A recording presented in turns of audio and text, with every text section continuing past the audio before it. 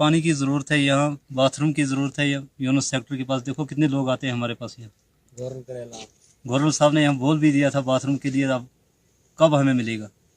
पानी चाहिए, hand pump चाहिए। यहाँ मैं दुकान यहाँ छोटी सी कर रहा हूँ, ये दुकान की हालत देखो आप, कैसे टेंट लगा के हम अपना गुजारा गुजारे।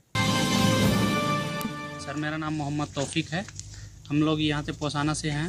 सर एक्चुअली क्या यहाँ पर इमरजेंसी सर्विस अवेलेबल नहीं है, क्या कि टावर फैसिलिटी नहीं है, नेटवर्क प्रॉब्लम्स है और फर्स्ट एड कुछ इमरजेंसी हो जाती है, एक्सीडेंट या इमरजेंसी फर्स्ट एड के लिए, उसके लिए भी कोई फैसिलिटी यहाँ पर अवेलेबल नहीं है। रोड है, रोड की तो बुरा हाल है यहाँ पर। PWD डिपार्टमेंट की तरफ से भी जैसे स्लाइडिंग आ जाती है तो बहुत टाइम से सफाई नहीं हो पाती, और फिर नीचे जाने के लिए भी रोड की फैसिलिटी प्रॉपरली नहीं है, क्योंकि एक्सेस अच्छा नहीं रहेगा तो वहाँ पर स्लीपिंग का चांस रहे। और 64 से हम इस गांव में इस रोड के लिए रोना रो रहे हैं, लेकिन आज तक हमारी रोड नहीं बनी।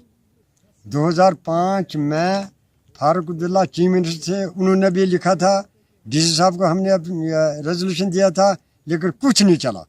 उसके बाद 2017 में हमने फिर अप्लाई किया, उससे पहले भी अप्लाई किया, 2017 में रेजोल्यूशन दिया, उन्होंने कहा जी ये निकलेगी, आज तक नहीं निकली।